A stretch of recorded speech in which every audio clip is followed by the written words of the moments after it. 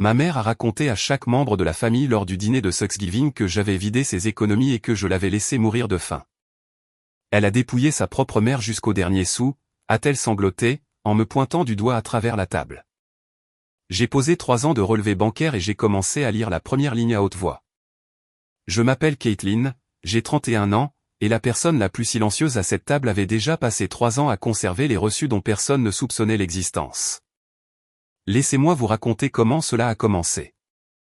6 semaines plus tôt, j'ai reçu un message vocal de ma cousine Nadia que j'ai écouté 4 fois dans le parking d'un hôpital avant de pouvoir respirer. Kate, appelle-moi. C'est à propos de ta mère. C'est grave et ce n'est pas ce que tu penses. Je travaille comme pharmacienne à Merci Générale. Je compte les doses pour gagner ma vie. Je lis les petits caractères que les autres survolent. Tout mon travail consiste à repérer le chiffre unique qui ne correspond pas. Alors, quand quelque chose ne colle pas, mes mains s'immobilisent et mon esprit se glace. C'est exactement ce qui s'est passé dans ce parking. J'ai rappelé Nadia. Elle a décroché à la première sonnerie. Ta mère a appelé des gens, a-t-elle dit. Appeler des gens à quel sujet? À ton sujet. Une pause. Elle dit à tout le monde que tu as vidé ses comptes, qu'elle est ruinée à cause de toi. Tante Trish l'a entendu. Oncle Paul l'a entendu. Ma mère a eu droit à tout le discours dimanche. Je me suis tenu entre 2 piliers en béton et j'ai laissé le parking tanguer autour de moi. Ce n'est pas possible, Nadia. Je paie ses factures. Je les paie depuis 3 ans. Je sais, a-t-elle dit. C'est pour cela que j'ai appelé. Parce que l'histoire qui circule est l'exact opposé de ce que je t'ai vu faire. Je veux être prudente ici parce que je sais comment cela sonne. Tout le monde pense que sa famille est la plus raisonnable et que les autres sont fous. Alors, laissez-moi juste vous présenter les faits bruts et vous pourrez décider. Il y a 3 ans, mon père a subi un triple pontage coronarien. Il est rentré à la maison avec une cicatrice sur la poitrine et un tiroir plein de flacons de pilules. Je me suis organisé parce que c'est le genre de choses pour lequel je suis doué et ma mère non. Ma mère ne s'occupe pas des petits caractères. Elle fait de grands gestes. Elle s'occupe de la belle vaisselle, de la table parfaite et de l'histoire de la famille sans faille racontée assez fort pour que personne ne vérifie. Après l'opération, elle m'a appelé en pleurant. Elle ne s'en sortait pas avec les factures. Elle mélangeait les dates d'échéance. Elle m'a demandé de me joindre à son compte chèque pour que je puisse, selon ses propres mots, simplement gérer cela. Pas prendre le contrôle, juste gérer. Pour que la lumière reste allumée pendant que papa récupérait. J'ai dit oui. Bien sûr que j'ai dit oui. C'est ma mère. J'ai donc géré. J'ai mis en place le paiement automatique pour l'hypothèque, l'électricité, le gaz, l'assurance complémentaire que Medicare ne couvrait pas.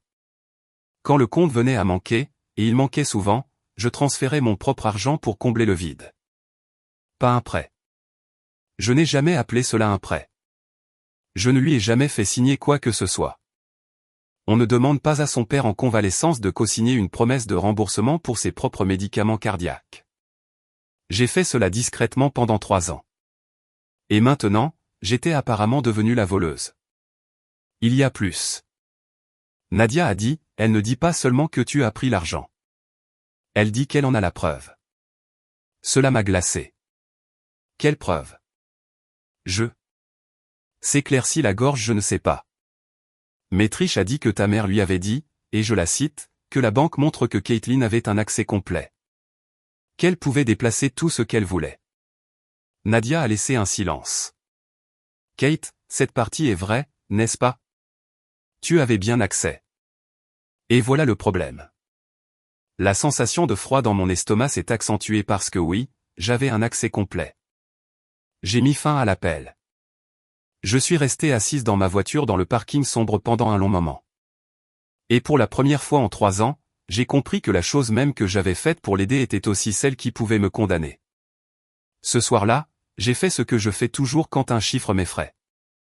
Je suis allé à la source. Je me suis connecté au compte joint et j'ai tout extrait.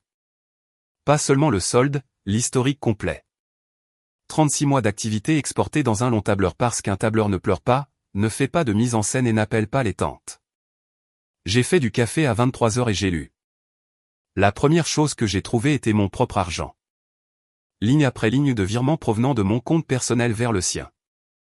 200 ici, 400 là, 1000 le mois où le chauffe-eau a rendu l'âme. J'en avais oublié la moitié.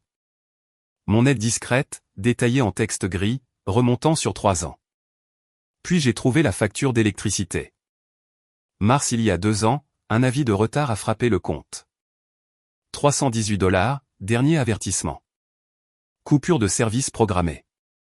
Je me souvenais du jour exact où il était arrivé parce que je l'avais payé depuis mon téléphone dans la salle de pause de l'hôpital entre deux gardes. Je me souvenais avoir pensé qu'elle ne m'avait jamais dit que les choses étaient allées si loin. Elle avait laissé la situation atteindre un avis final sans me dire un mot. Toute l'histoire de ma mère reposait sur l'affirmation que je l'avais laissée geler et mourir de faim. Et voici la preuve dans son propre compte que lorsque les lumières étaient sur le point de s'éteindre, l'argent qui les a rallumées venait de moi. 318 $, mon nom sur le virement. J'ai failli m'arrêter là. J'ai failli penser, bien, cela me disculpe. Je vais juste leur montrer cette ligne. Mais je suis une personne qui lit l'étiquette en entier. J'ai donc continué. J'ai fait défiler l'écran au-delà de mes propres dépôts pour descendre vers les retraits, vers l'argent qui quittait le compte. Et c'est là que le sol s'est dérobé sous mes pieds parce que l'argent ne s'était pas volatilisé dans des factures médicales. Il était allé quelque part de manière régulière, délibérée. Quelqu'un avait déplacé des milliers de dollars hors de ce compte depuis 2 ans, en chiffres ronds, vers le même endroit à chaque fois. Je ne vais pas encore vous dire où parce que je ne le comprenais pas non plus ce soir-là. Pas entièrement. J'étais juste assise à ma table de cuisine à 1h du matin, fixant un nom dans un tableur, comprenant que les économies de ma mère n'avaient pas été volées du tout. Elles avaient été dépensées exprès, et pas pour elle.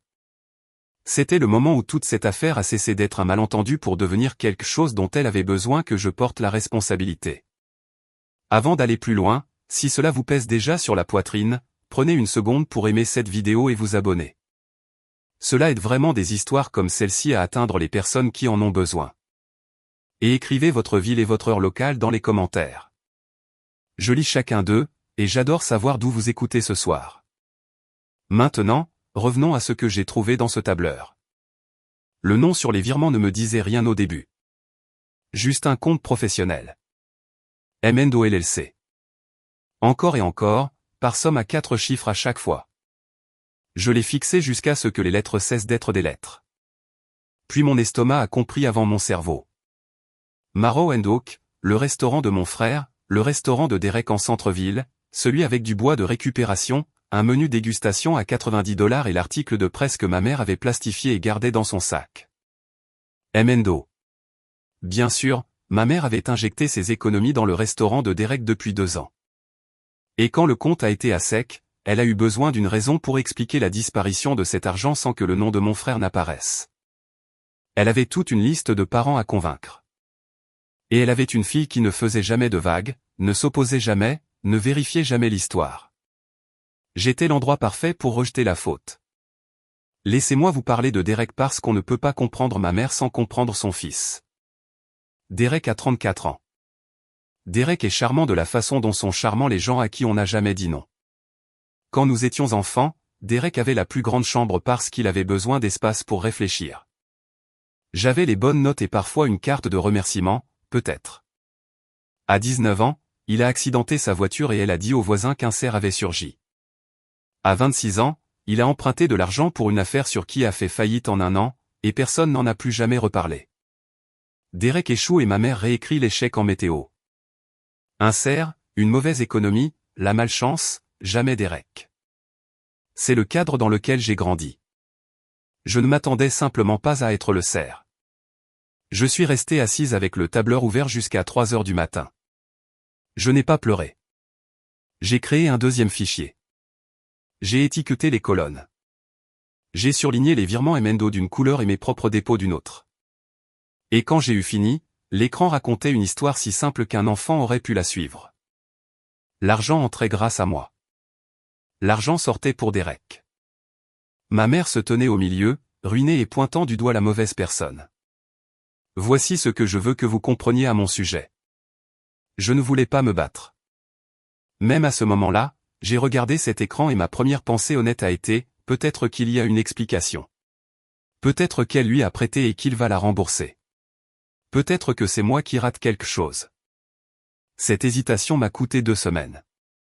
Et pendant ces 2 semaines, elle a pris de l'avance.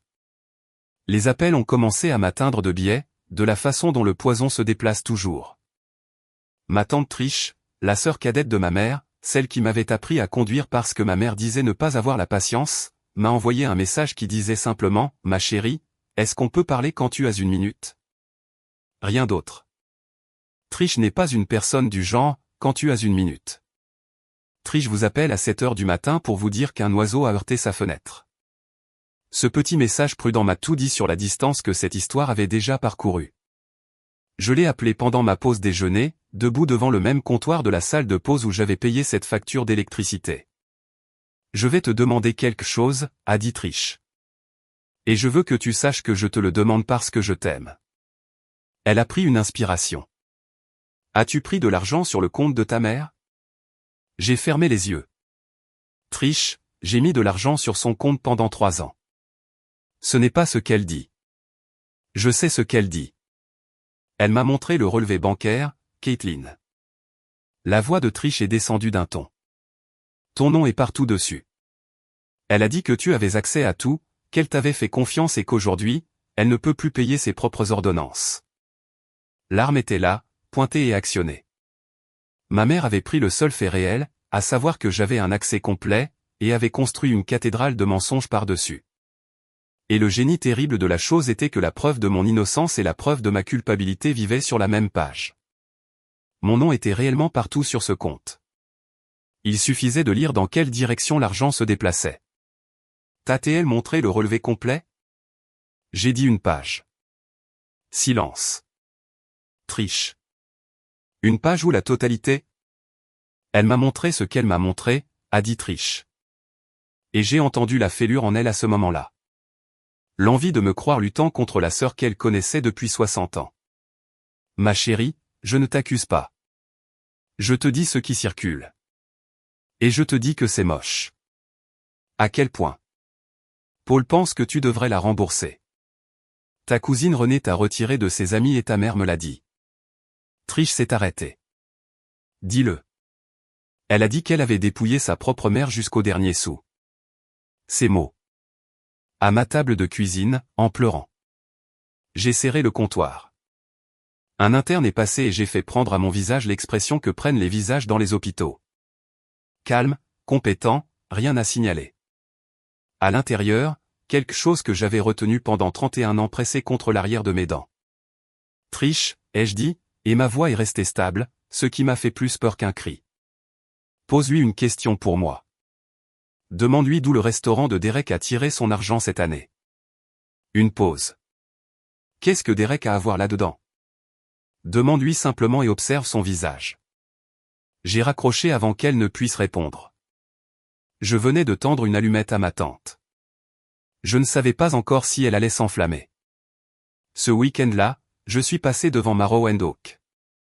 Je ne sais pas tout à fait pourquoi. Je pense que j'avais besoin de le voir de mes propres yeux. L'endroit où la retraite de ma mère était partie. Il se trouvait à l'angle de ce qui était auparavant un pressing, tout baigné de lumière chaude avec une ardoise pour menu.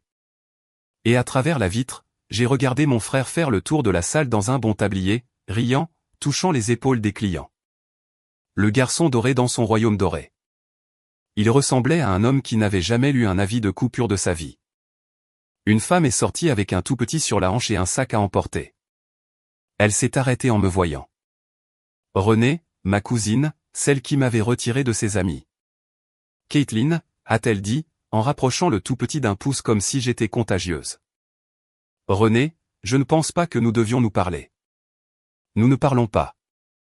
Je me tiens sur un trottoir. J'ai désigné le sac dans sa main.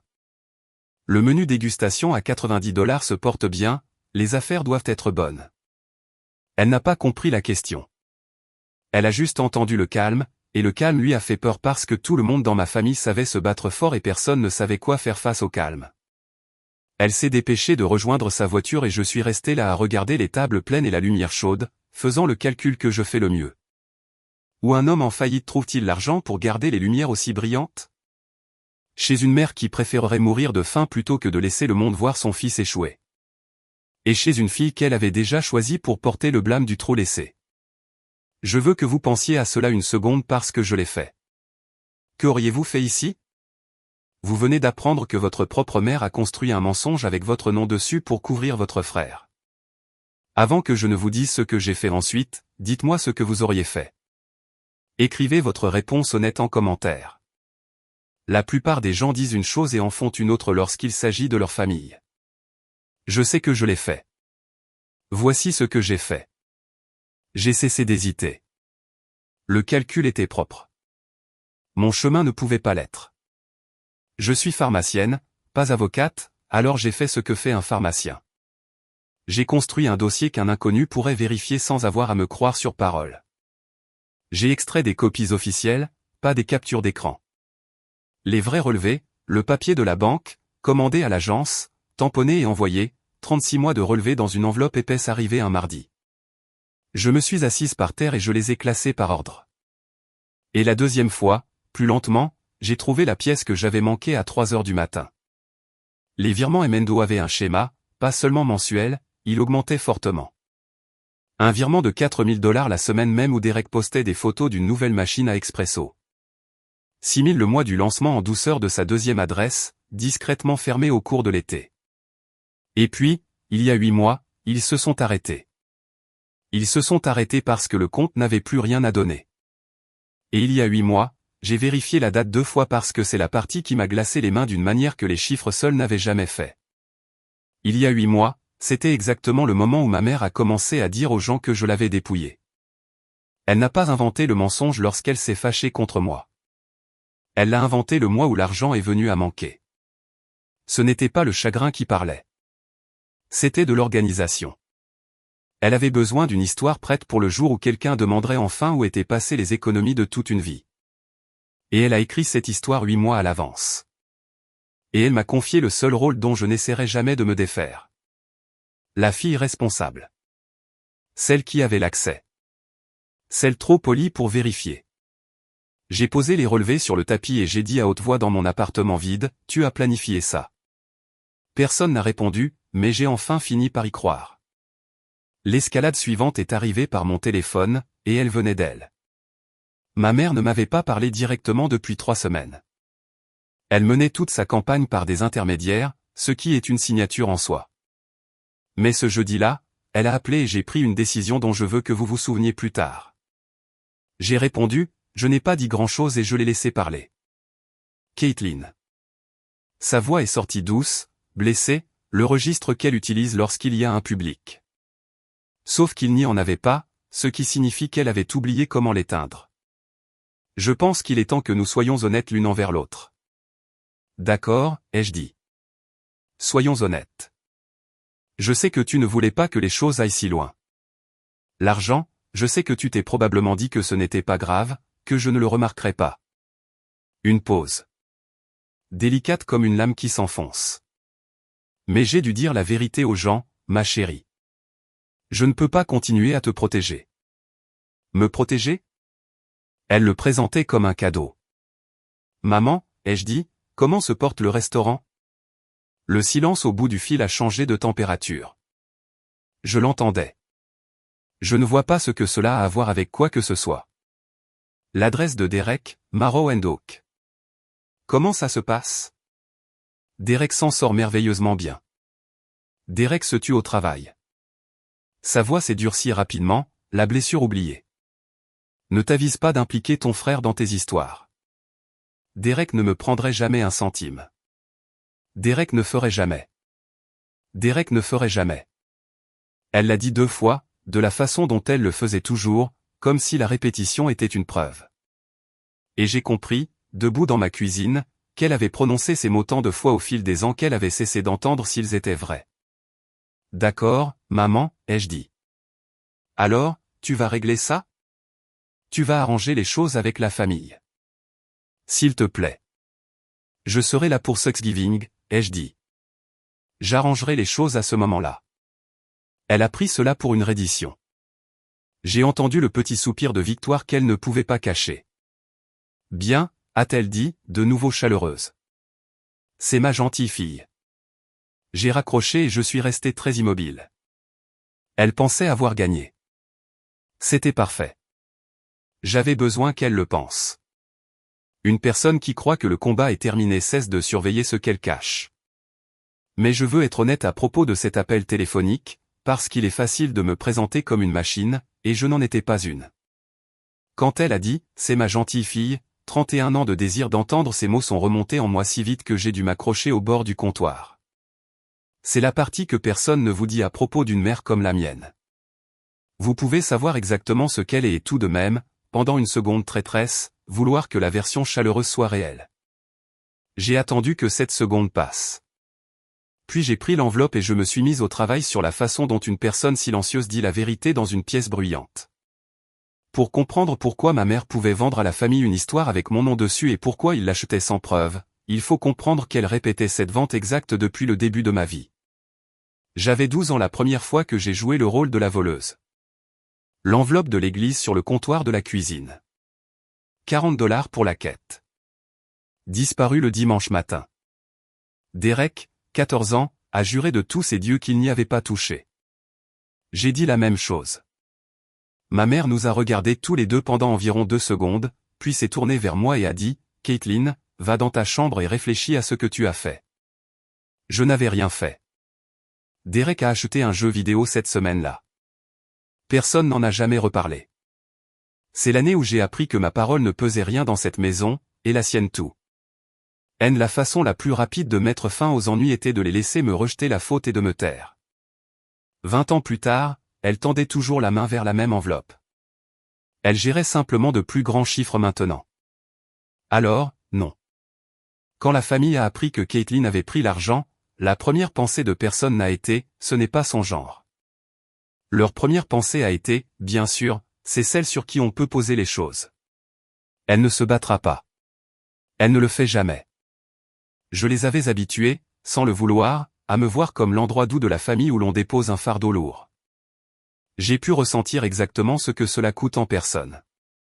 2 dimanches avant Thanksgiving. Ma cousine organisait une petite fête pour l'arrivée de son bébé et j'y suis allé parce que ne pas y aller aurait été un aveu en soi. Je suis entré avec un cadeau emballé et la pièce a fait ce qu'une pièce fait quand elle a déjà pris une décision à votre sujet. Le temps d'arrêt d'une demi-seconde, les yeux qui glissent, les conversations qui deviennent un peu trop animées. René a emporté son assiette de l'autre côté de la cuisine. Une tante que je connaissais depuis toujours m'a regardé et a dit « c'est courageux de ta part de te montrer », avant de se tourner de nouveau vers le saladier de punch comme si elle avait fait un commentaire sur le temps. J'ai posé le cadeau sur la table. J'ai dit « félicitations à la future maman ». J'ai mangé un petit morceau de gâteau dont je n'ai pas senti le goût.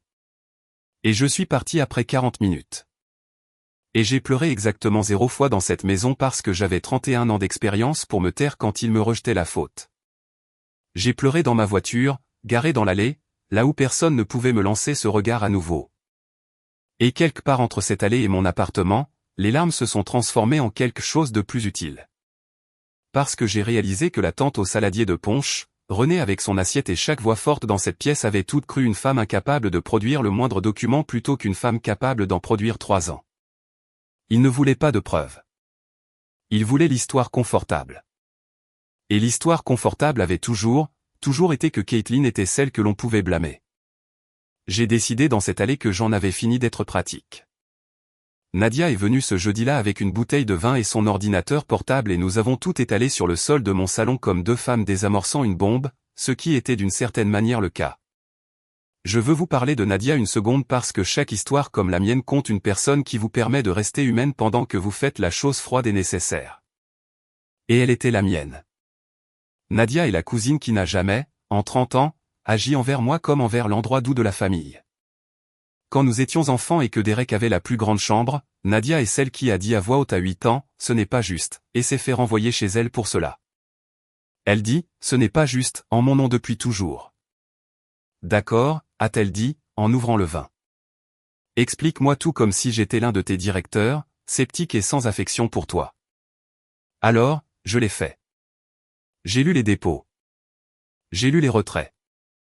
J'ai montré Emendo LLC et le nom de Derek sur l'enregistrement de l'État. Je lui ai montré l'hypothèque inversée sur Lyndon. Elle est agent immobilier. Elle a lu l'historique de l'acte plus vite que je ne le pouvais, sa bouche se serrant à chaque ligne. Kate, s'est-elle assise sur ses talons. Ce n'est pas une dispute familiale. C'est une femme qui a détruit financièrement sa propre maison pour soutenir un restaurant en faillite et qui a ensuite construit une histoire pour se couvrir avec ton nom. Comprends-tu à quel point c'est organisé? Elle n'a pas paniqué. Elle a planifié. Je sais. Alors pourquoi n'es-tu pas plus en colère? J'y ai réfléchi, en faisant tourner mon verre de vin. Parce que si je me laisse aller à la colère que cela mérite, je vais entrer à ce dîner et hurler. Et dès que je hurle, je deviens l'histoire, la fille instable, celle qui a ruiné Thanksgiving. J'ai posé le verre. Elle gagne la pièce en étant la personne émotive. La seule façon pour moi de gagner est d'être la personne ennuyeuse. Celle avec les dossiers, la voix plate et le papier. Nadia m'a regardé pendant un long moment. Puis elle s'est penchée et m'a serré fort la main. Tu sais quelle sera la pire partie, a-t-elle dit doucement. Ce ne sera pas de lire les chiffres. Tu as les chiffres en main. La pire partie, c'est qu'une part de toi va encore vouloir qu'elle se lève à la fin et dise, tu as raison, ma chérie. Je suis désolé. C'était toi depuis le début. Et elle ne le fera pas. Elle ne le fera jamais. Tu dois entrer là-bas en le sachant déjà, sinon elle va t'anéantir avec la seule chose que tu attends encore. Je n'ai pas répondu parce qu'elle avait raison et parce que ma gorge s'était serrée. Nous sommes restés éveillés jusqu'à 2 heures du matin, nous avons fait 3 copies, nous avons étiqueté les dossiers, vers minuit, le vin et l'absurdité de la situation nous ont rattrapés et nous avons commencé à rire. De vrais rires, de ceux qui font mal, face à une photo que Derek avait postée de lui en veste de chef avec la légende, construit à partir de rien. Construit à partir de rien. 41 000 $ des économies de notre mère et la valeur de la maison de quelqu'un d'autre. À partir de rien. Garde celle-là, a dit Nadia en s'essuyant les yeux. Pas pour la table, juste pour toi. Avant de partir, elle s'est arrêtée à ma porte. Quoi qu'il arrive jeudi, a-t-elle dit. Tu as déjà cessé d'être pratique. Cette partie-là est finie. Ils ne le savent pas encore. Je me suis accroché à ces mots pendant les 2 semaines suivantes, tout au long de l'appel pour le conseil d'administration, de la pharmacie, de l'acte de propriété et de la nuit passée sur le sol de ma cuisine. Tu as déjà cessé d'être pratique. Cela s'est avéré être la vérité la plus pure que l'on m'ait dite de tout ce temps. Le mensonge n'est pas resté une affaire de famille. Les mensonges ne le font jamais. Ils s'attaquent à la chose la plus fragile que vous possédez et la mordent. Pour moi, cette chose fragile est mon nom au travail. Je l'ai découvert quand une infirmière coordinatrice avec qui je travaille depuis 6 ans. Une femme nommée Gina, qui a couvert mes pauses et a pleuré dans ma voiture, m'a arrêté près du couloir et n'a pas tout à fait osé croiser mon regard. Caitlin, est-ce que je peux te demander un truc bizarre? Elle a baissé la voix. Ta mère n'a pas appelé ici, n'est-ce pas? Mon estomac s'est glacé. Pourquoi? Quelqu'un a laissé un message au bureau du directeur de la pharmacie. Anonyme. Quelque chose à propos d'eux. Gina a grincé des dents, détestant cela, pour savoir si l'on pouvait te faire confiance à propos d'eux. Tu sais, l'accès à l'argent. Cela a été étouffé, personne ne le prend au sérieux, mais j'ai pensé que tu devrais l'apprendre par une amie et non par les RH. Je gère une pharmacie. Comprenez-vous ce que ce mot, accès, fait à une personne qui compte des substances contrôlées pour gagner sa vie?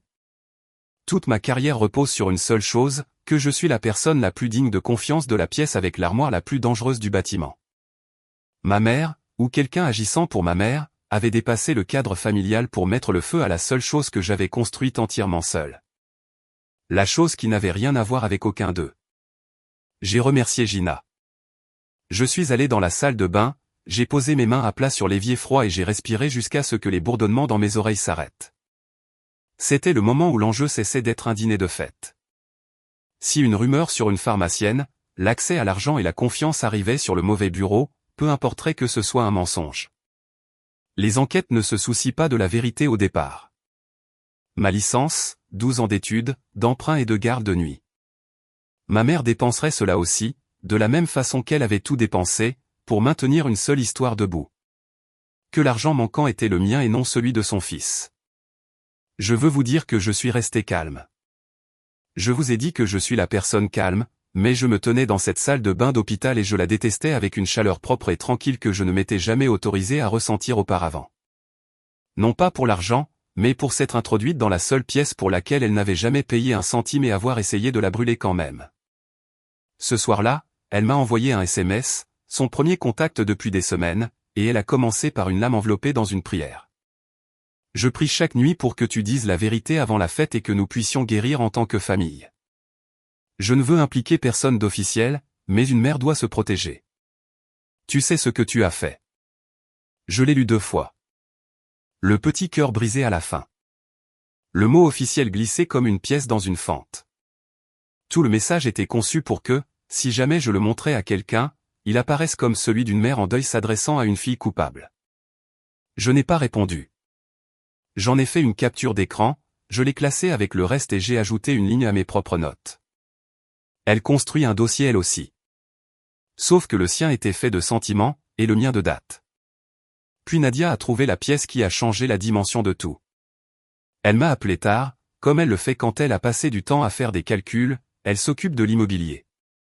Nadia lit les registres publics comme je lis les étiquettes. Kate, j'ai fait quelque chose. Je ne sais pas si j'aurais dû. Une respiration. J'ai extrait l'historique de l'acte de propriété de la maison de tes parents. Celle sur Lyndon pour la famille, me suis-je dit. Mais en réalité, j'avais juste un pressentiment. Et il y a une hypothèque, une grosse. Tes parents ont pris une 2e hypothèque sur la maison il y a 18 mois. Retrait d'argent. Et Kate, le calendrier correspond exactement à ces transferts vers le restaurant. Quand les économies de ta mère ont été à sec, elle ne s'est pas arrêtée. Elle a commencé à dépenser la maison. Je me suis assise lentement sur le sol de ma cuisine. De combien est l'hypothèque? Assez pour que, s'ils ne peuvent pas faire les paiements, ils perdent la maison. Une pause. La maison dans laquelle ton père vit depuis 35 ans. La maison avec le saule que ta grand-mère a planté. Et voilà. Toute la terrible réalité apparaissait enfin à l'échelle. Ma mère n'avait pas besoin de 40 000 $ pour renflouer un compte d'épargne. Elle avait besoin de 40 000 $ parce que les paiements d'une maison qu'elle avait secrètement hypothéquée arrivaient à échéance, et le restaurant de Derek ne les paierait jamais. Et le cœur de mon père ne survivrait pas à l'idée qu'il puisse mourir dans une location. Elle avait parié la maison, littéralement la maison, sur son fils doré et avait perdu. Et la seule issue qu'elle voyait était d'effrayer et de faire honte à sa fille responsable pour qu'elle comble le gouffre avant que quiconque n'en découvre le fond. La confession qu'elle fabriquerait, le tribunal familial, la rumeur sur mon lieu de travail. Ce n'étaient pas les actes d'une femme défendant sa fierté. C'étaient les actes d'une femme qui se noie et attrape le nageur le plus proche par le cou. Je la comprenais complètement à ce moment-là, et la comprendre ne m'incitait pas le moins du monde à payer, car je voyais enfin ce que le paiement achèterait, non pas la paix. Le silence. Mes 40 000 $ disparaîtraient dans le même gouffre. La maison arriverait de nouveau à échéance l'année suivante, et l'histoire selon laquelle j'étais la voleuse de la famille tiendrait pour toujours parce qu'elle le devrait. Elle ne pourrait jamais se permettre de la laisser s'effondrer. J'y ai pensé pendant 2 jours. C'est la partie dont je suis la moins fière et la plus honnête. Pendant 2 jours, j'ai envisagé de payer, non pas parce que je pensais devoir cet argent, mais à cause du saule. À cause de mon père en blouse d'hôpital il y a 3 ans, gris et petit, me tenant la main et disant « Tu es celle pour qui je n'ai pas à m'inquiéter, Cathy. » Parce qu'une part animale en moi voulait encore être la fille qui réparait tout, qui faisait disparaître la peur, qui méritait enfin la version chaleureuse de ma mère en étant assez grande pour avaler une injustice de plus. J'ai fait les calculs de douzaines de façons. Je pouvais le faire. Je pouvais vider ce que j'avais économisé pour ma propre maison, celle que je n'avais jamais achetée parce que j'étais trop occupé à garder leurs lumières allumées. Et je pouvais le lui donner, maintenir la paix, garder le saule et garder le mensonge. Je me suis projeté dans cette version de ma vie pendant 2 jours. Puis j'ai imaginé le Thanksgiving après celui-ci, et celui d'après. Moi à cette table, la voleuse de la famille payant discrètement pour toujours. Ma mère, la main sur le plat de service, son histoire intacte, mon père reconnaissant et honteux. Derek dans une veste qui coûtait plus cher que mon loyer. Et tout le monde souriant à la gentille fille qui avait enfin compris sa place. Un chiffre. Je sauverais le saule si je le pouvais, mais pas avec un mensonge sur le dos. Si cette maison devait s'effondrer, la famille allait savoir exactement quelle main avait signé sa perte, et ce ne serait pas une erreur qu'ils pourraient me reprocher. C'est la nuit où j'ai cessé de me demander si j'irais à Thanksgiving et où j'ai commencé à planifier exactement comment la vérité entrerait dans la pièce. Tante Trish m'a rappelé quelques jours plus tard. Elle avait posé la question. J'ai fait ce que tu as dit, m'a-t-elle dit, et sa voix avait changé. Plus basse. Prudente. J'ai demandé à ta mère d'où Derek tenait son argent cette année, à sa propre table de cuisine. Et elle s'est moquée de moi. Elle a dit que je regardais trop la télévision. Trish s'est arrêtée. Mais Caitlin, je connais ta mère depuis qu'elle porte des couches. Elle rit quand elle est prise sur le fait. Elle s'est moquée de moi toute ma vie. Et je connais la différence entre le vrai rire et celui qu'elle utilise pour sortir d'une pièce. Je n'ai rien dit. J'avais appris cela de ma mère, croyez-le ou non, le pouvoir du silence. Laissez l'autre personne le remplir. Alors je lui ai demandé à nouveau, a dit Trish, et elle s'est levée et a commencé à débarrasser des assiettes qui n'étaient pas encore sales. Et je me suis assise là et j'ai pensé à quelque chose auquel je n'avais pas pensé depuis longtemps. Une autre inspiration. J'ai donné $6 000 à ta mère au printemps dernier pour une nouvelle chaudière, a-t-elle dit. Urgence. Je n'ai jamais vu de chaudière. Je n'ai jamais demandé à la voir. C'est ma sœur. La ligne a vibré entre nous. Trish, ai-je dit doucement. As-tu une trace de cela? Les $6 000? J'ai le chèque, a-t-elle dit. Je garde tout. C'est un truc que nous faisons, nous les femmes Marlowe, apparemment. Un court rire humide. Il a été débité en avril, juste au moment où Derek se vantait sur Internet de sa deuxième adresse. Et voilà, j'avais une alliée. Non pas parce que j'avais bien argumenté, mais parce que ma mère avait fait à Trish une version plus petite de ce qu'elle m'avait fait. Et Trish avait enfin retourné la page et lu dans quel sens l'argent allait. J'ai besoin que tu fasses une chose, ai-je dit. J'ai besoin que tu ne lui dises pas que tu me crois. Pas encore. Pourquoi donc? Parce que si elle pense qu'elle perd, elle va réécrire l'histoire à nouveau. Elle est douée pour cela. J'ai besoin qu'elle entre dans Thanksgiving sûre d'avoir déjà gagné. Trish est restée silencieuse un long moment. Tu parles exactement comme elle, tu sais, quand tu organises les choses de cette façon. Cela a frappé plus fort qu'elle ne le pensait. Je sais, ai-je dit. On me l'a déjà dit. Le deuxième front s'est ouvert comme ces choses le font toujours maintenant, dans une discussion de groupe dont je ne faisais pas partie. René m'a réintégré un mardi, non pas pour s'excuser, mais pour s'assurer que je vois. Elle a fait une capture d'écran d'un fil de discussion familiale. Ma mère, oncle Paul, 2 cousins et un gendre que je connaissais à peine, et me l'a envoyé avec ces mots, tu devrais savoir. J'ai fait défiler l'écran dans ma voiture, garée dans le parking sombre, parce qu'apparemment ce garage était devenu le théâtre où ma famille rendait ses verdicts sur moi. Ma mère avait écrit un paragraphe. Elle a toujours été capable d'écrire un paragraphe. Il s'ouvrait sur sa santé. Il passait à sa peur. Il se posait sur moi. Je n'aurais jamais pensé devoir me protéger de ma propre fille. Je n'ai rien dit pendant des mois pour maintenir la paix, mais elle vient à Thanksgiving. Et je pense que la famille mérite d'entendre la vérité de ma bouche en premier pour que personne ne soit pris au dépourvu. Pour que personne ne soit pris au dépourvu.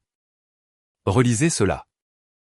Elle préparait la pièce, les mettait en colère avant que j'entre, pour que tout ce que je dise pour me défendre apparaisse comme une attaque contre une vieille femme effrayée. Elle avait même fixé la mise en scène. Elle parlerait en premier. Oncle Paul avait répondu, nous sommes avec toi, Diane. La famille prend soin de la famille. La famille prend soin de la famille.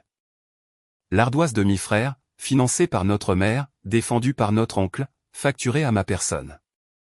J'ai posé le téléphone face contre table sur le siège passager et, le temps d'un feu rouge, je me suis permis d'imaginer ne pas y aller, envoyer les relevés par courrier recommandé, ne plus jamais voir leur visage. Laisser la vérité faire son œuvre à une distance sur où je n'aurais pas à regarder ma mère pleurer ses larmes répétées en temps réel. Cela aurait été également été une sorte de défaite avec laquelle je ne pouvais pas vivre. Pour que personne ne soit pris au dépourvu. Relisez cela. Elle préparait la pièce, les mettait en colère avant que j'entre, pour que tout ce que je dise pour me défendre apparaisse comme une attaque contre une vieille femme effrayée. Elle avait même fixé la mise en scène. Cela aurait été plus facile. Cela aurait également été une sorte de défaite avec laquelle je ne pouvais pas vivre, car une lettre peut être pliée et qualifiée de faux. Une lettre ne peut pas vous regarder lire la ligne 4 à haute voix pendant que 22 personnes font le calcul sur votre visage. Le feu est passé au vert. Je suis rentré chez moi et j'ai continué à me préparer. Derek est venu me voir le samedi précédent Thanksgiving en personne. Cela seul m'a dit que ma mère avait commencé à s'inquiéter, car Derek ne fait pas de commission. Il m'a intercepté sur le parking de l'hôpital au changement de garde. Il avait regardé mes horaires, ce qui est une petite violation en soi, appuyé sur ma voiture dans une veste qui coûtait plus cher que l'hypothèque mensuelle de ma mère. Affichant son sourire. Kate. Personne ne m'a appelé ainsi depuis que j'ai 9 ans. Tu as l'air fatigué. Ils te font trop travailler. Qu'est-ce que tu veux, Derek? Parler en frère et sœur. Il a tendu les mains. Cette histoire avec maman. C'est devenu incontrôlable. Et je pense que toi et moi sommes les deux seuls adultes capables de la faire dégonfler. Continue. Voici ce que je pense. Il a baissé la voix, chaleureux, complice, comme si nous étions coéquipiers et que maman était le problème. Tu as de l'argent. Je sais que tu en as. Tu es prudente. Tu es intelligente. Tu ne dépenses jamais un centime. Alors, et si tu aidais discrètement maman à sortir de ce trou, à combler le vide, et que toute cette vilaine histoire disparaisse tout simplement? Pas de scène pour Thanksgiving, pas de division familiale, tout le monde sauve la face. J'ai regardé mon frère pendant un long moment. De combien est le trou, Derek? Est-ce que le chiffre importe? Il importe pour moi. Je suis une personne de détail. J'ai incliné la tête. Arrondis-le pour moi. À la louche. Combien maman a-t-elle investi dans Marrow & Oak? Le sourire est resté en place, mais les yeux derrière sont devenus plats et froids, calculateurs. Je ne sais pas ce qu'elle t'a dit. Elle ne m'a rien dit. C'est bien là tout ton problème, n'est-ce pas? J'ai gardé une voix égale, presque douce. Elle ne m'a rien dit. Elle a raconté une autre histoire à la famille. Et te voilà sur un parking à 7 heures du matin à me demander de payer une somme que tu ne veux pas prononcer à haute voix pour que personne n'ait jamais à la prononcer à haute voix. Pendant une seconde, le visage de mon frère a fait quelque chose que je ne l'avais jamais vu faire. Il a frémi. Non pas de honte exactement. De peur. La peur spécifique d'un homme qui n'a jamais été le cerf. Réalisant que les phares de la voiture étaient peut-être pour lui. Puis il s'est repris parce qu'il se reprend toujours. Tu sais quel est ton problème, Caitlin? Tu comptes les points. Tu l'as toujours fait. Maman est malade et effrayée et tu es assise sur un tableur comme s'il s'agissait d'une arme. Il s'est écarté de ma voiture. Rembourse-la ou pas. But si tu fais une scène à cette table et que tu lui brises le cœur devant tout le monde, ce sera de ta faute. Pas la mienne. La tienne. Il s'est dirigé vers sa voiture et j'ai remarqué, en personne de détail que je suis, qu'il boitait un peu du côté gauche de la façon dont on boite quand on n'a pas dormi, quand quelque chose vous ronge de l'intérieur. Je suis monté dans ma voiture, mes mains sont restées stables sur le volant, mais je suis resté assise là un moment avant de démarrer parce qu'il avait trouvé la seule faille qui fonctionnait encore. Si tu lui brises le cœur devant tout le monde, ce sera de ta faute. Il savait que j'y penserais. Il savait que je resterais éveillé, me demandant si dire la vérité faisait de moi la personne cruelle. Je suis resté éveillé. Je me suis posé cette question exacte jusqu'à 3 heures du matin. Et quelque part dans l'obscurité, j'y ai enfin répondu. La vérité n'est pas la cruauté. Le mensonge était la cruauté. J'allais simplement cesser de le porter seul. Mon père m'a appelé dimanche après-midi. Cela m'a surprise. Mon père n'appelle pas. Mon père est un homme qui a passé 40 ans debout légèrement derrière ma mère, la laissant parler pour la maisonnée, hochant la tête à chaque version des faits qu'elle choisissait. Cathy, il est le seul à m'appeler ainsi. Ta mère est une épave. Toute cette histoire l'a détruit. Ah bon? Ai-je dit. Je n'appelle pas pour prendre parti. Tu ne le fais jamais, papa. C'est un peu tout le problème. Il a laissé passer. Il est doué pour laisser passer les choses. J'appelle parce que je ne veux pas de guerre à ma table jeudi. Tu es ma fille. Derek est mon fils, ta mère est ma femme. Je vous aime tous, et je veux juste que tout le monde s'assoie et mange une dinde comme une famille normale. Et là, en une seule phrase, se trouvait toute la religion de mon père. Garder les choses lisses. Garder le silence. Ne pas me forcer à choisir. Il préférerait me voir avaler un mensonge de la taille d'une maison plutôt que de le regarder assister à un dîner inconfortable. Papa, sais-tu où sont passées les économies de maman? Une pause. Trop longue. Mon père n'est pas un bon menteur. C'est pour cela que ma mère s'occupe des mensonges. C'est entre ta mère et moi. Donc, tu sais. Je sais que ta mère a eu des dépenses. J'avais un cœur de la taille d'un pamplemousse et une facture assortie. Ne t'avise pas de la faire passer pour une. Étais-tu au courant pour le restaurant, papa? Silence. Un long silence lourd, et dedans j'ai entendu la vérité qu'il ne dirait jamais à haute voix, qu'il savait, ou savait à moitié, et avait décidé que savoir à moitié était plus confortable que de savoir. De la même façon qu'il avait décidé pour la voiture accidentée, pour l'affaire sûre et pour chaque cerf que ma mère avait inventé. Viens juste jeudi et sois douce avec elle, a-t-il dit finalement fatigué. Quoi que tu penses savoir, c'est ta mère. Je serai douce, ai-je dit. Et je le pensais d'une manière qu'il ne comprendrait pas avant jeudi. J'allais être très douce. J'allais garder la voix basse et laisser les chiffres être aussi forts qu'ils avaient besoin de l'être. Lundi, ils ont tenté une intervention. Oncle Paul a appelé et m'a mise sur haut-parleur avec 2 cousins dans la pièce, et j'ai compris en environ 9 secondes que cela avait été organisé, scénarisé, un petit tribunal réuni pour me gérer avant la fête. Nous t'aimons, Caitlin. Paul a commencé avec la voix qu'utilisent les hommes juste avant de faire quelque chose qui n'est pas aimant. Nous nous inquiétons pour toi. Cette obsession pour l'argent de ta mère, ce n'est pas sain. Je suis très calme, Paul. C'est ce qui nous inquiète. Écoute, nous sommes tous d'accord. Nous sommes tous d'accord. Ils avaient voté sur mon cas. Que la chose la plus propre, la plus gentille était que tu règles cela avec ta maman en privé avant jeudi. Comble le vide et nous n'en reparlerons plus jamais. Pas de scène, pas de fête ruinée. Tu as les moyens. Elle a le besoin. Sois la personne la plus raisonnable. Sois la personne la plus raisonnable. Paye pour le crime que je n'ai pas commis pour que la famille n'ait jamais à regarder le crime que quelqu'un a commis. Combien me coûterait le fait de combler le vide? Ai-je demandé. Elle parle d'environ 40 000 $, a dit Paul comme s'il s'agissait d'une somme raisonnable à demander à une pharmacienne d'hôpital pour effacer un mensonge. 40 000, la taille du trou que Derek avait creusé, chiffré et facturé à ma personne devant des témoins habillés en grâce. Merci à tous pour votre sollicitude, ai-je dit avec ma voix la plus plate de conseil de patient. Je verrai tout le monde jeudi. Caitlin, a commencé Paul.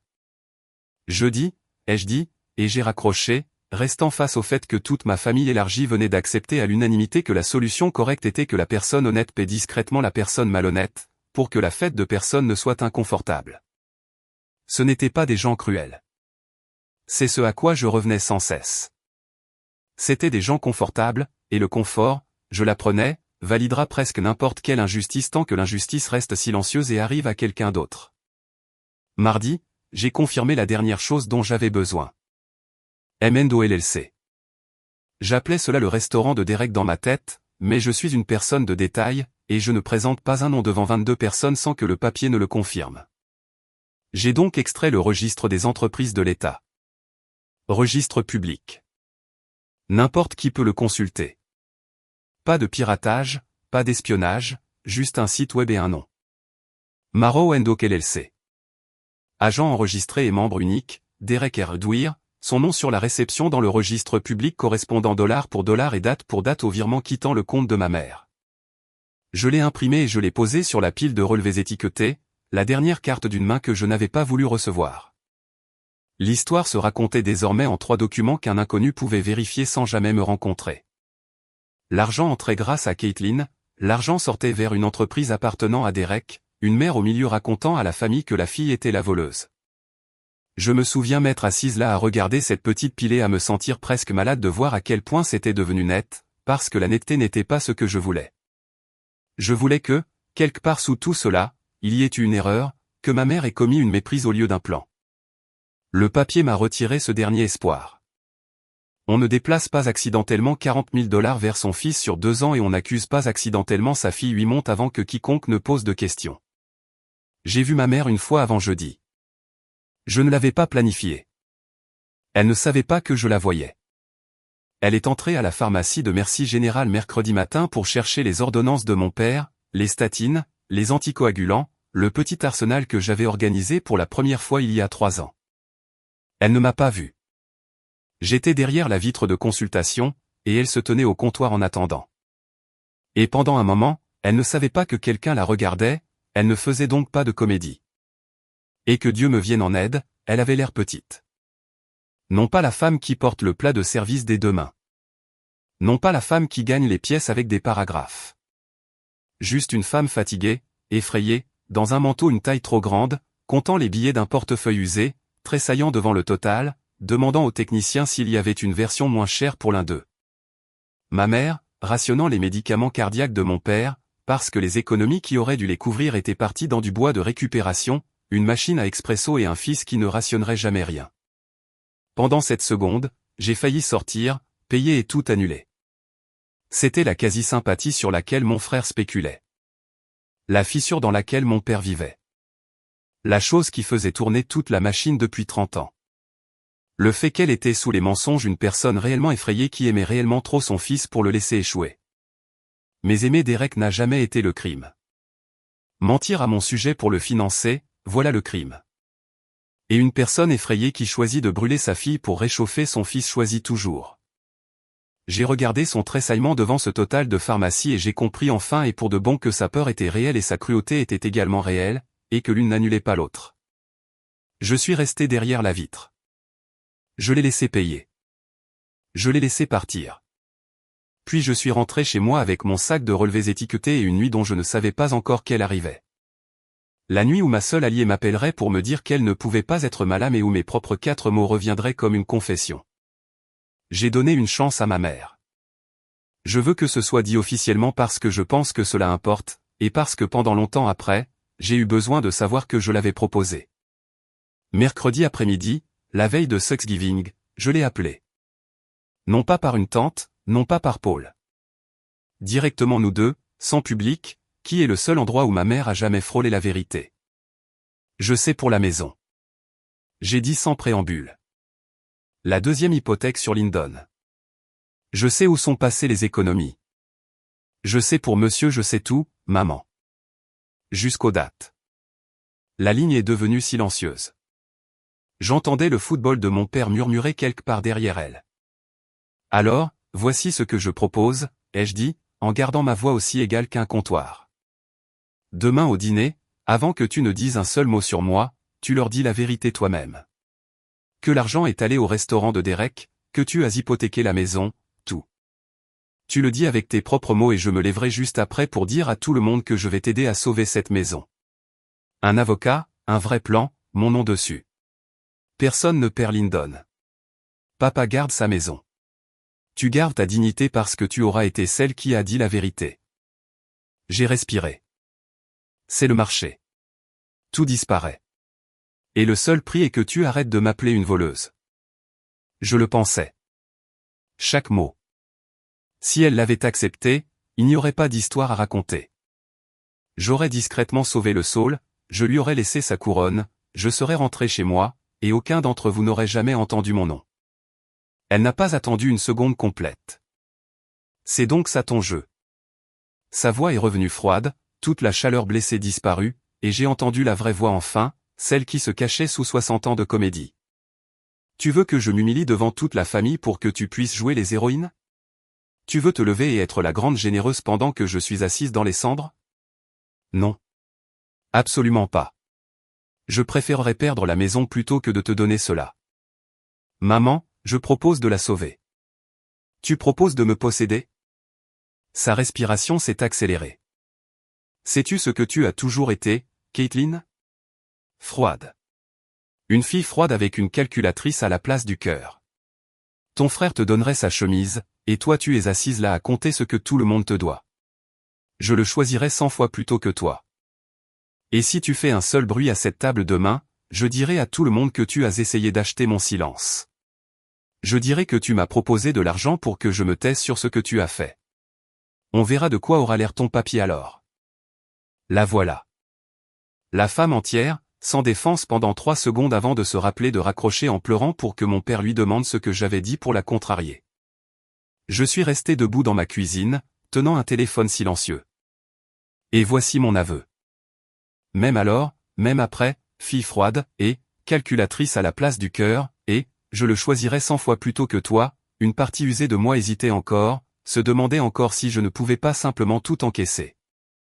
Accepter la perte, sauver la maison en douce, lui laisser son histoire pour s'offrir une année de plus d'être toléré à la table. J'ai gardé cette hésitation un long moment. Je me suis laissé la ressentir vraiment parce que j'avais appris que les sentiments que vous refusez de ressentir sont ceux qui vous dirigent. Puis j'ai rincé ma tasse de café, je l'ai posée sur l'égouttoir et j'ai compris quelque chose de propre et de définitif. Elle venait de me dire avec sa propre voix qu'elle préférerait perdre la maison plutôt que de dire la vérité. Elle avait choisi le mensonge plutôt que le toit au-dessus de la tête de mon père. Il ne restait plus rien dans cet appel téléphonique à sauver, à part moi. Je lui avais donné sa chance. Elle avait craché dessus. Quoi qu'il arrive à cette table demain, elle l'avait construit elle-même, brique par brique, et m'avait tendu la dernière. Chaque soir de cette semaine-là, j'ai construit le seul type d'argumentation en lequel j'ai confiance, celui qui n'a pas besoin qu'on me croie sur parole. J'ai fait 3 copies de tout, pas des captures d'écran. Les relevés de la banque tamponnés, 3 ans dans l'ordre, étiquetés avec des petits drapeaux de couleur. Un jeu pour moi, un jeu scellé dans une enveloppe que je m'étais envoyée sans l'ouvrir, timbré, pour qu'existe une date que personne ne puisse contester, et un jeu que j'ai laissé à Nadia. Au cas où je perdrais mon courage, lui ai-je dit, bien que la raison la plus vraie soit que j'avais commencé à comprendre que ma mère pouvait faire disparaître des choses. Sur la première page de mon jeu de documents, je n'ai rien écrit. Pas de résumé, pas d'accusation. Ma mère gagnait les pièces avec des paragraphes. Je gagnerais la mienne avec une colonne de chiffres et un doigt se déplaçant sur la page. Je me suis entraîné. Je n'ai pas honte de le dire. Je me suis tenu dans ma cuisine et j'ai lu les virements à haute voix devant le vide avec la voix la plus plate possible jusqu'à ce que mes mains cessent de trembler sur les pages, car je savais ce que la pièce essaierait de faire. La pièce essaierait de faire de moi la personne hystérique. Ma seule défense était d'être la personne la plus calme présente pendant que je disais les choses les plus dévastatrices. Il y a un plat auquel je pensais sans cesse pendant mes répétitions. Bleu saule, blanc et cobalt, les 2 oiseaux et le petit pont. Le plat de ma grand-mère Ruth, celui qui sortait 3 fois par an pour la dinde. Ma mère en avait hérité à la mort de grand-mère Ruth. Et à chaque fête, elle le portait à la table des 2 mains comme si elle portait toute la réputation de la famille dessus. Ce plat a accueilli toutes les représentations de perfection des douires auxquelles j'ai assisté. J'ai décidé que je poserais les relevés juste à côté de lui. Laisser les 2 objets côte à côte. L'histoire qu'elle racontait et l'histoire qui était vraie. L'appel qui a failli y mettre fin est arrivé mercredi soir, la veille de Thanksgiving. Je ne peux pas le faire, Caitlin. Trish l'a dit vite, comme si elle avait retenu les mots à la porte. Je ne peux pas me lever à cette table contre ma propre sœur. Je n'ai pas dormi depuis 2 nuits. Elle m'a appelé en pleurant, disant que je m'étais retourné contre elle, que je t'aidais à l'humilier devant tout le monde et, sa voix s'est brisée. C'est ma sœur. C'est la seule qui me reste. Notre mère est partie. Je ne peux pas être celle qui la brise en public. Je ne peux tout simplement pas. Le sol que j'avais construit sous mes pieds pendant 3 semaines a tangué et s'est effondré. Trish, tu as le chèque, tu as dit. Et je dirai la vérité si quelqu'un me le demande discrètement en privé. Je le jure. Mais je ne participerai pas à un guet-apens à sa propre table un jour de fête. Ce n'est pas ce que je suis. C'est ce qu'elle est. Et je déteste ça. Et je ne le deviendrai pas pour la battre. Une longue inspiration tremblante. Ne me demande pas de le faire. S'il te plaît. J'ai compris. C'est la partie terrible. J'ai compris complètement. Elle ne se trompait pas sur qui était ma mère. Elle ne pouvait simplement pas être la lame. Et il y avait pire. Parce que ma mère est méticuleuse. Il y a autre chose que tu dois savoir, a dit Trish plus bas. Elle dit à tout le monde que tu as déjà avoué au téléphone, que tu l'as appelée et que tu as reconnu les faits, et que tu as promis de la rembourser à Thanksgiving. Elle dit qu'elle l'a. Elle dit que tu as dit, et je la cite, « Je vais arranger les choses. » La cuisine est devenue très lointaine. Je vais arranger les choses. J'avais dit cela pour acheter la paix. Pour l'empêcher de surveiller la chose qu'elle cachait. J'avais dit cela en pensant être celle qui menait le jeu à long terme. Elle avait pris mes 4 mots calmes et les avait transformés en aveux. Désormais, chaque membre de la famille croyait que j'arrivais non pas pour me défendre, mais pour payer pour un crime que j'avais reconnu. Si je me levais et lisais des chiffres, je ne ressemblerais pas à une femme qui blanchit son nom. Je ressemblerais à une voleuse qui a pris peur et tente d'enfouir sa culpabilité sous de la paperasse. J'ai raccroché et je me suis assise sur le sol de ma cuisine, le dos contre le placard. 3 copies étiquetées de la vérité dans un sac à côté de moi, et j'ai compris que j'avais déjà perdu. Je veux être honnête à propos de cette nuit-là parce que je me suis présenté comme quelqu'un de très contrôlé dans cette histoire. Et il y a eu une heure où je ne l'ai pas été. J'ai pleuré sur ce sol. Pas de manière digne. Pas le genre de larme unique. Le genre de pleurs qui remonte de 30 ans en arrière. Et la chose pour laquelle j'ai pleuré n'était pas l'argent. Et ce n'était même pas le mensonge. C'était la chose la plus ancienne. C'était que lorsque ma mère avait eu besoin de sacrifier quelqu'un pour sauver l'enfant qu'elle aimait, elle nous avait regardés tous les deux et elle l'avait choisi de nouveau, lui. Elle le choisirait toujours. J'avais passé 3 ans à payer discrètement pour la réchauffer. Et j'avais su, quelque part, tout ce temps, que s'il s'agissait de choisir entre moi ou Derek, j'étais celle qu'elle donnerait en pâture à la famille pour le garder doré. Je me suis laissé le dire à haute voix. Seule sur le sol. Elle l'a choisi. Elle allait toujours le choisir. Puis je me suis levé parce que voici la différence entre ma mère et moi. La seule qui importe. Elle met en scène ses sentiments pour émouvoir une foule. Et moi, j'ai les miens en privé. Et ensuite, je fais ce qu'il convient de faire. Malgré tout. J'ai lavé mon visage. J'ai vérifié le sac. 3 copies. Les dossiers. Le numéro de suivi de l'enveloppe envoyée écrit sur ma main au cas où il dirait que j'avais falsifié les dates. Pas d'alliés, des aveux qui m'attendaient. Une pièce préparée pour me détester. J'y allais quand même, non pas parce que j'étais sûr de gagner, mais parce que j'avais enfin décidé que je préférais perdre à haute voix avec la vérité plutôt que de gagner la version chaleureuse de ma mère en entretenant son mensonge. La maison sur Linden sentait la sauge, le beurre et 35 ans de ma vie. Je suis entré par la porte latérale comme je l'ai toujours fait, et le saule dans le jardin avait perdu ses feuilles, ses branches nues pendant au-dessus d'une maison que je savais désormais hypothéquée par ma mère jusqu'aux fondations. Mon père était assis dans son fauteuil inclinable, regardant un match de football qu'il ne voyait pas. Mon frère tenait salon près du bon canapé, veste enlevée, manches retroussées, jouant le fils qui se tue au travail. Et sur le buffet attendait le plat bleu saule de ma grand-mère, les 2 petits oiseaux, le petit pont prêt à accueillir la dinde et l'histoire de la perfection des douires une fois de plus. 22 personnes en tout. Tante triche près de la fenêtre, et quand je suis entré, elle m'a regardé puis a fixé intensément ses propres mains. Mon allié, fidèle à la promesse qu'elle avait faite à sa propre conscience, elle ne serait pas ma lame. Je lui ai fait le plus petit signe de tête. Tout va bien, disait ce signe de tête. Tu n'as pas à l'être. Ma mère est sortie de la cuisine, s'essuyant les mains sur un torchon, et elle m'a souri, chaleureuse comme une lampe. Caitlin, tu es là. Un baiser près de ma joue pour la galerie. Assieds-toi, mange. Nous sommes en famille. J'ai posé mon sac à côté de ma chaise. Personne ne l'a regardé. Pourquoi l'aurait-il fait? Ce n'était qu'un sac en toile contenant les affaires d'une femme silencieuse. La demi-heure qui a précédé le repas a été son propre genre de théâtre, et j'y avais une place au premier rang. J'ai regardé la pièce fonctionner. Oncle Paul a tapoté l'épaule de Derek et lui a demandé comment allaient les affaires, et Derek a dit, surchargé. Honnêtement, on ne s'en sort pas. Et j'ai regardé 41 000 $ des économies de notre mère soutenir ce mensonge comme un échafaudage. René a contourné largement ma présence avec son tout petit dans le couloir. Une tante m'a demandé gentiment si j'avais réfléchi à ce que je voulais dire à ma mère aujourd'hui, comme si j'étais venu pour m'excuser et que j'avais seulement besoin d'un peu d'encouragement pour le faire. J'ai dit que j'y avais beaucoup réfléchi, ce qui était vrai. Mon père a croisé mon regard une fois depuis son fauteuil inclinable et m'a lancé un petit regard suppliant, toute sa religion résumée dans un regard.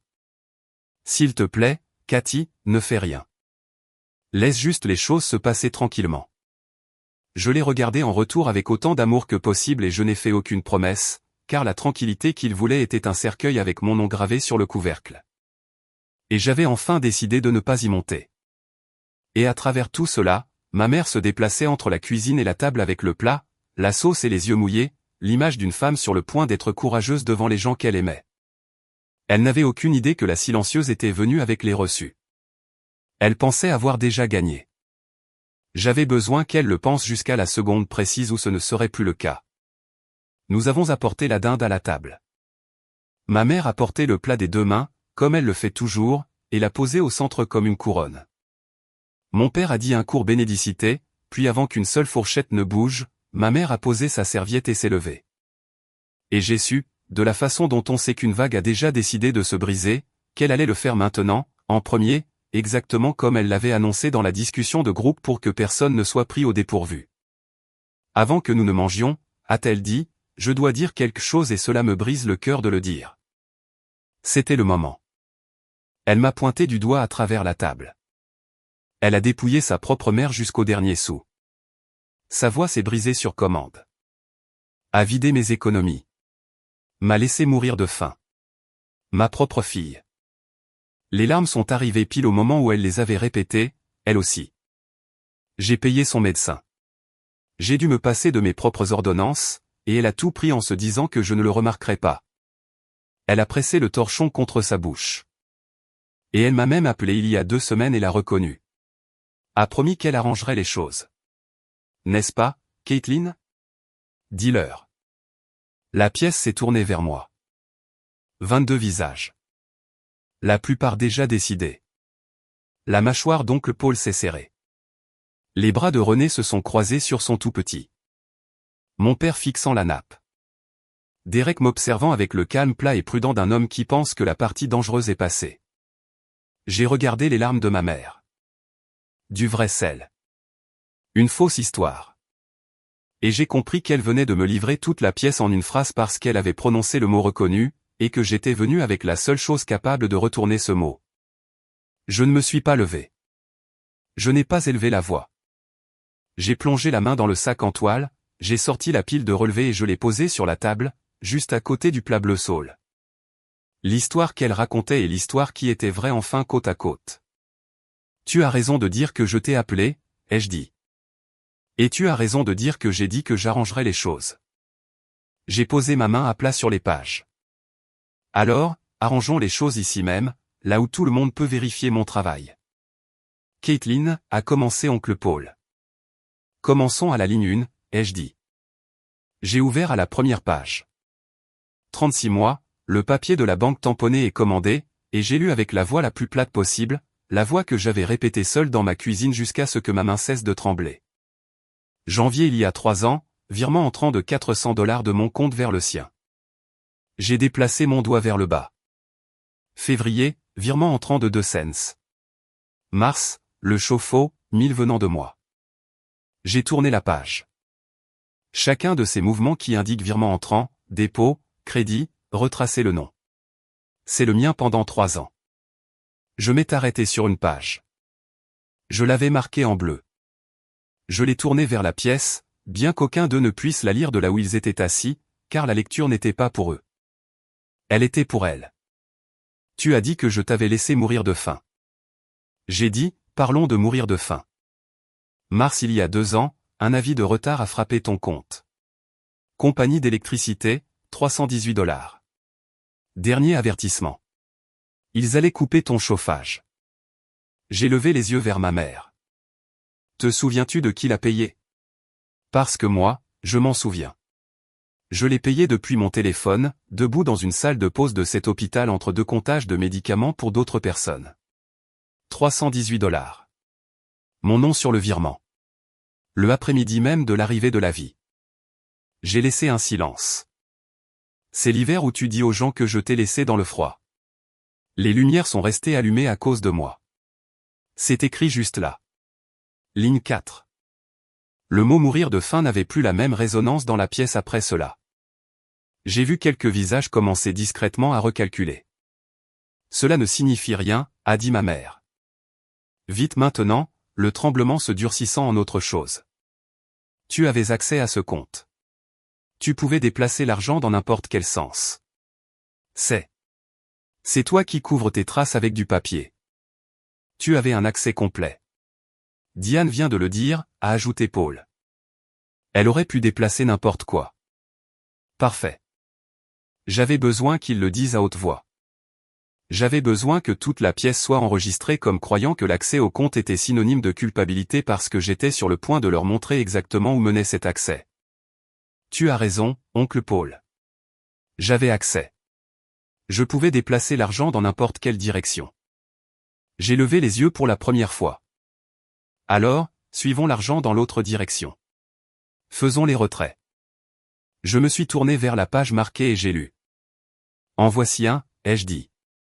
Il y a 18 mois, $6 000 sortis. Non pas pour une pharmacie, non pas pour un médecin. Non pas pour la compagnie d'électricité. J'ai laissé un temps. Vers un compte professionnel, M&O LLC. Quelque chose a bougé légèrement dans la pièce. Quelques personnes se sont penchées en avant. En voici un autre, 4 000 la semaine précédente. M&O LLC. En voici 4 autres. J'ai lu les dates et les montants d'un ton plat, l'un après l'autre. Un battement régulier de chiffres ronds sortant du compte de ma mère pour aller au même endroit, encore et encore, pendant 2 ans. Et je vais vous dire la partie que j'ai mis le plus de temps à croire, ai-je dit, parce que c'est le moment où les dates commencent à parler. Celui de 4 000 $ sorti est parti la semaine même où quelqu'un a posté la photo d'une machine à expresso toute neuve. Haut de gamme, la légende disait 8 000 $. Celui de 6 000 sorti. Le mois où une deuxième adresse a été lancée en douceur et discrètement fermée avant l'été. René, tu étais à cette ouverture. J'ai vu tes photos. Les bras de René se sont desserrés d'un demi-pouce. Chaque fois que ce compte saignait, quelque chose de brillant apparaissait en centre-ville. Et à chaque fois, la famille recevait un SMS disant que maman ne pouvait pas tout à fait joindre les deux bouts. Je me suis tourné vers la dernière page marquée. 41 000 $ en tout sorti vers M&O LLC. Le visage de ma mère avait pris la couleur de la nappe. Et je sais qu'aucun d'entre vous ne sait ce qu'est M&O LLC, ai-je dit, parce que je ne le savais pas non plus avant de chercher. C'est dans le registre public. N'importe qui à cette table peut le consulter sur son téléphone en ce moment même pendant que j'attends. J'ai posé la dernière page au-dessus des relevés. Le document d'enregistrement de l'État, un seul nom dessus. Marrow & Oak LLC. Gérant associé unique, j'ai lu Derek R. Dwyer. Et j'ai posé mon doigt sur le nom de mon frère. Et j'ai enfin levé les yeux, laissant la pièce faire l'arithmétique toute seule. Pendant un instant, personne n'a respiré. 22 personnes. Et le seul son était le football que mon père avait enfin mis en sourdine et le petit cliquetis du radiateur. Puis ma mère a perdu le fil qu'elle tenait depuis 8 montes. Derek ne ferait jamais. Elle l'a dit de la façon dont elle l'avait dit toute sa vie, comme si les mots étaient un mur. Derek se tue au travail. Derek ne me prendrait jamais un centime. Je le lui ai donné. J'ai choisi de le faire. Ce n'est pas la même chose. Ce n'est pas la même chose que de voler. Elle l'a entendu une demi-seconde trop tard. Toute la table l'a entendu. Je le lui ai donné. J'ai choisi de le faire. Mais elle l'a reconnu, a dit oncle Paul, s'accrochant à la seule planche qui flottait encore. Tu nous l'as dit, Diane. Elle t'a appelé et a dit qu'elle arrangerait les choses. C'est un aveu. Pourquoi dirait-elle cela si elle ne l'avait pas fait? Parce que je l'ai dit. Je me suis tourné vers Paul et j'ai gardé une voix égale, presque douce. Il y a 2 semaines au téléphone. Mes mots exacts ont été « J'arrangerai les choses à Thanksgiving ». Elle l'a enregistré dans sa mémoire et vous a dit à tous que j'avais avoué. J'ai posé ma main à plat sur les relevés. C'est ma façon d'arranger les choses, oncle Paul, en ce moment même, à la lumière, là où chacun d'entre vous peut vérifier mon travail sur son propre téléphone. Si j'étais la voleuse, c'est bien la dernière pièce au monde dans laquelle je serais entré avec 3 ans de papier. Une femme coupable ne vous remet pas le grand livre de compte. Elle vous en tient éloigné de la façon dont on vous tient éloigné d'une page de relevé bancaire depuis 8 mois. La bouche de Paul s'est ouverte. Rien n'est sorti. Il a regardé ma mère et, pour la première fois de la journée, il l'a regardée de la façon dont on regarde quelqu'un dont on vient de réaliser qu'il s'est servi de vous. Donc les économies n'ont pas été volées, ai-je dit doucement, en me tournant de nouveau vers elle. Tu les as données à Derek. Ce n'est pas, elle a cherché ses larmes à nouveau, mais elles avaient cessé de fonctionner. On ne peut pleurer les mêmes larmes qu'un certain nombre de fois dans une même pièce avant que les gens ne commencent à regarder vos mains au lieu de votre visage. Tu ne comprends pas ce que c'est que d'avoir un enfant qui a besoin de toi. Je comprends exactement ce que c'est, ai-je dit. J'ai été l'enfant qui t'a réchauffé pendant 3 ans. Je n'ai simplement jamais eu assez besoin de toi pour valoir la peine de mentir. Derek s'est levé. Bien sûr qu'il l'a fait. Les garçons dorés ne restent pas assis pendant la partie où la lumière s'éteint. D'accord, tout le monde, calmez-vous un peu. Il a tendu les mains. Le sourire du restaurant. Menant la salle comme un coup de feu du vendredi soir. Oui, maman a investi dans l'entreprise. La famille investit dans la famille. C'est beau, en fait. C'est ce que nous faisons. C'est un prêt. Je le rembourse. C'est une affaire privée. Ma sœur a transformé cela en un guet-apens de tableur un jour de fête. Combien as-tu remboursé, Derek? Ai-je demandé. C'est entre. Arrondis-le pour moi. Tu sais, je suis une personne de détail. J'ai incliné la tête, la même question que je lui avais posée sur le parking, et je l'ai regardé se souvenir de son impact. Sur les 41 000, combien est revenu? Il n'a pas répondu, ce qui était la réponse. Voici la partie qui n'est pas sur ces pages, ai-je dit. Et je me suis tourné vers mon père parce qu'il méritait d'entendre cela de ma bouche et non de celle d'une banque un jour. Papa, il y a 18 mois, quelqu'un a pris une deuxième hypothèque sur cette maison. Retrait d'argent sur la maison dans laquelle tu vis depuis 35 ans. C'est dans le registre du comté. Nadia peut te le montrer ce soir. J'ai gardé une voix douce, la chose la plus douce de la pièce. Les économies se sont épuisées, alors la maison a commencé à payer pour Marrow & Oak. C'est pour cela que maman avait si désespérément besoin de 40 000 $ de ma part. Elle était prête à vous raconter à tous que j'étais une voleuse, non pas pour renflouer un compte, mais pour faire un paiement hypothécaire arrivant à échéance sur un prêt dont elle ne t'a jamais dit le montant. Mon père a tourné la tête lentement et a regardé ma mère. 35 ans a laissé passer les choses, et j'ai regardé ce laisser-passer s'arrêter enfin. Diane, a-t-il dit, un seul mot, toute sa vie dedans. Je l'ai fait pour notre fils. La voix de ma mère a monté et la comédie est tombée. Et ce qui est sorti en dessous était la chose vraie, laide et honnête enfin. J'ai fait ce qu'une mère fait. Il allait tout perdre et aucun d'entre vous n'aurait levé le petit doigt. Alors je l'ai fait moi-même et je le referai. Je le referai. Elle était debout maintenant, les 2 mains plates sur la table, et elle m'a pointé du doigt une fois de plus, la voix déchirée. Et elle avait l'argent et elle est restée assise dessus et a laissé son propre frère se noyer. La voilà, a dit tante Trish. Trish s'est levée. Ma lame, qui m'avait dit 2 nuits plus tôt qu'elle ne pouvait pas être une lame, debout enfin. Non pas pour moi, je pense, mais parce qu'une sœur ne peut regarder une autre sœur mentir qu'un certain temps. Elle a plongé la main dans son sac et a posé un morceau de papier sur la table. Une photocopie.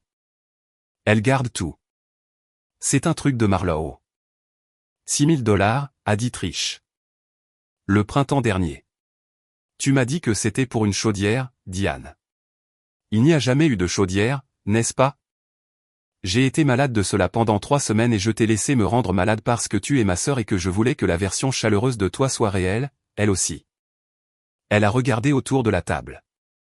Caitlin m'a demandé de ne pas dire un mot ce soir.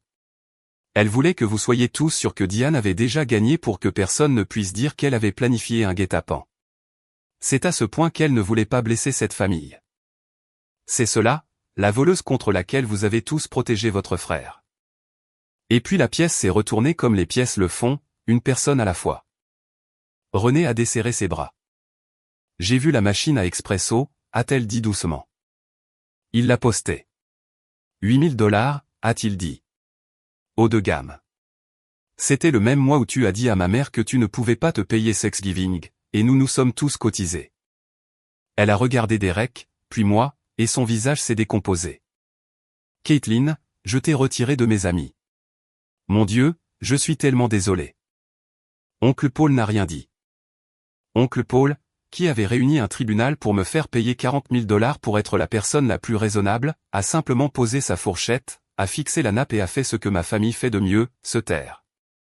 Quand l'histoire qu'ils ont soutenue s'avère être la mauvaise, ma mère s'est tenue au milieu, les deux mains toujours plates sur la table, regardant la pièce qu'elle possédait depuis 60 ans lui échapper. Et puis elle a fait le geste que j'attendais. Celui dont Nadia m'avait promis qu'il ne se transformerait jamais en excuse. Elle a cessé de pleurer. Elle a redressé les épaules et elle a saisi la dernière arme du tiroir, celle qui avait fonctionné sur cette famille pendant 30 ans. Tu as toujours été jalouse de ton frère. Elle me l'a dit, mais elle l'a dirigé vers la pièce, sa voix retrouvant sa mise en scène. Depuis que vous êtes enfant. Il brille et toi tu comptes, et tu n'as jamais pu le supporter. C'est ce que c'est. C'est tout ce que cela a jamais été. Une femme jalouse avec un tableur qui essaie de détruire la seule personne de cette famille qui ait jamais eu un peu de lumière. 2 semaines plus tôt, cette phrase m'aurait atteinte. Elle aurait trouvé la gamine de 12 ans envoyée dans sa chambre pour une enveloppe qu'elle n'avait jamais touchée. Ma mère a toujours su exactement où je gardais cette fille. Mais j'avais la voix de Nadia à l'oreille. Elle ne le dira jamais, alors entre là-bas en le sachant. Et j'ai laissé la phrase passer comme la météo. C'est Derek qui n'a pas pu la laisser passer. Jalouse. Maman, arrête. Arrête. Le sourire de mon frère s'était enfin complètement effondré. Et en dessous se trouvait un homme de 34 ans qui n'avait jamais eu à assumer une conséquence. Elle n'est pas jalouse. D'accord, elle a raison. C'est le problème. Elle a raison sur tout. Il a passé une main dans ses cheveux. Tu penses que je t'ai demandé d'hypothéquer la maison? Je t'ai dit d'arrêter. Je t'ai dit que la deuxième adresse était une erreur. Je t'ai dit de la laisser faire faillite et tu as continué. Tu as continué à te présenter avec des chèques et à me dire qu'une mère subvient aux besoins. J'ai été submergé par ta façon de subvenir aux besoins. Sa voix s'est brisée. Pendant 2 ans et maintenant c'est ma faute à moi aussi.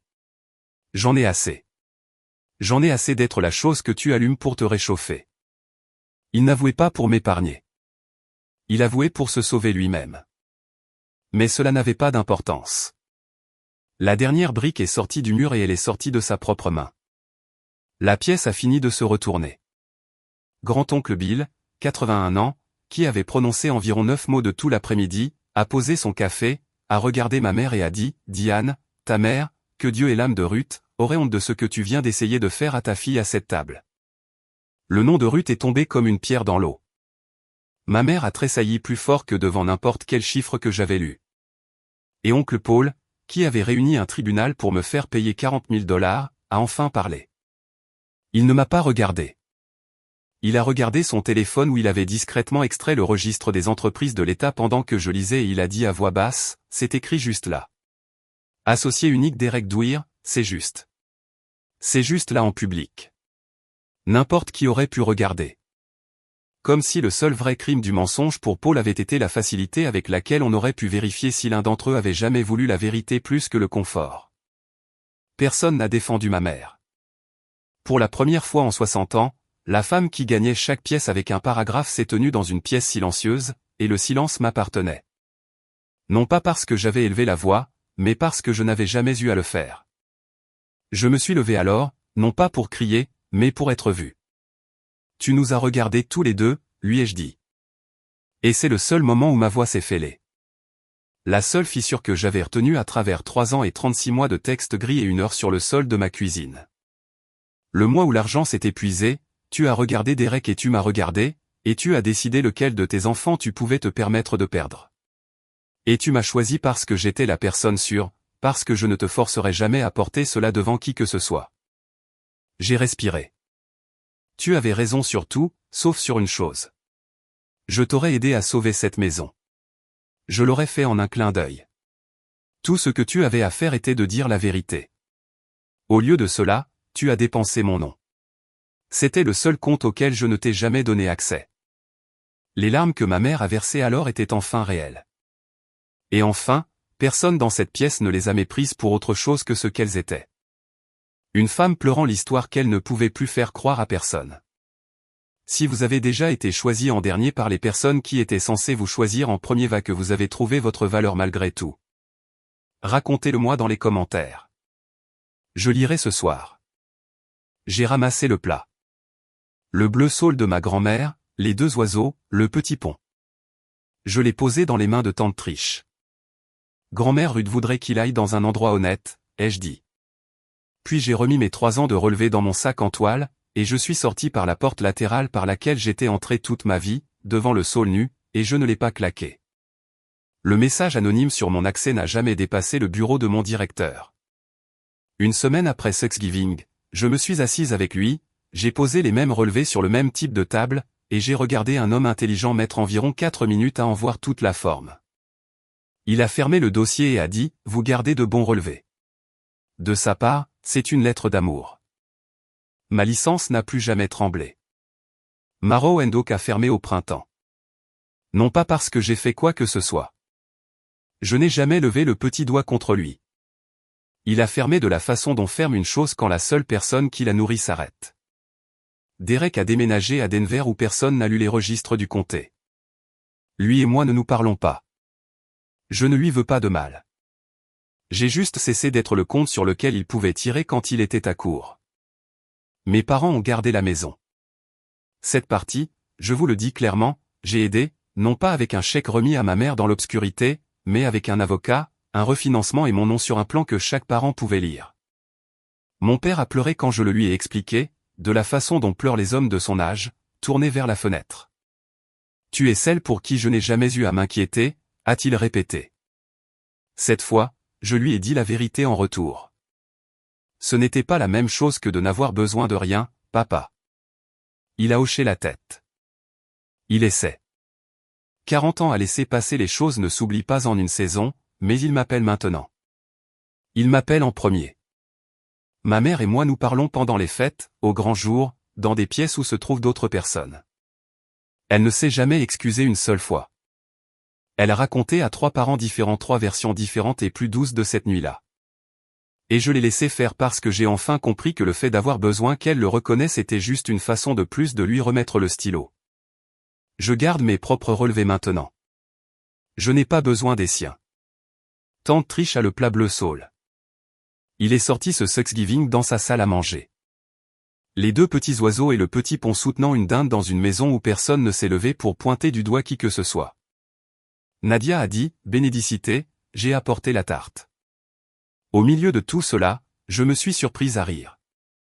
De vrai rire, et j'ai dû poser ma fourchette une seconde parce que je ne me souvenais pas de la dernière fête où j'avais fait cela à une table de famille. Les gens demandent si je le regrette, d'avoir lu des chiffres à haute voix à côté d'une dinde, d'avoir brisé une famille un jour de fête. Je ne le regrette pas. La famille ne s'est pas brisée cette nuit-là. Elle s'est brisée 8 mois plus tôt, discrètement, le jour où une femme effrayée a décidé quel enfant elle pouvait se permettre de sacrifier. Tout ce que j'ai fait a été d'allumer la lumière pour que tout le monde puisse voir lequel d'entre nous l'avait soutenu. Voici ce que je sais maintenant.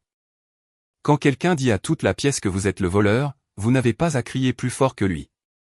Vous devez simplement être celle qui a gardé les reçus, la patience et le courage de lire la ligne une à haute voix. Le saule a refleuri cette année. Je suis passé devant et il se tenait là, vert au-dessus d'une maison qui n'est plus la mienne. Et pour la première fois de ma vie, j'ai laissé cela se faire.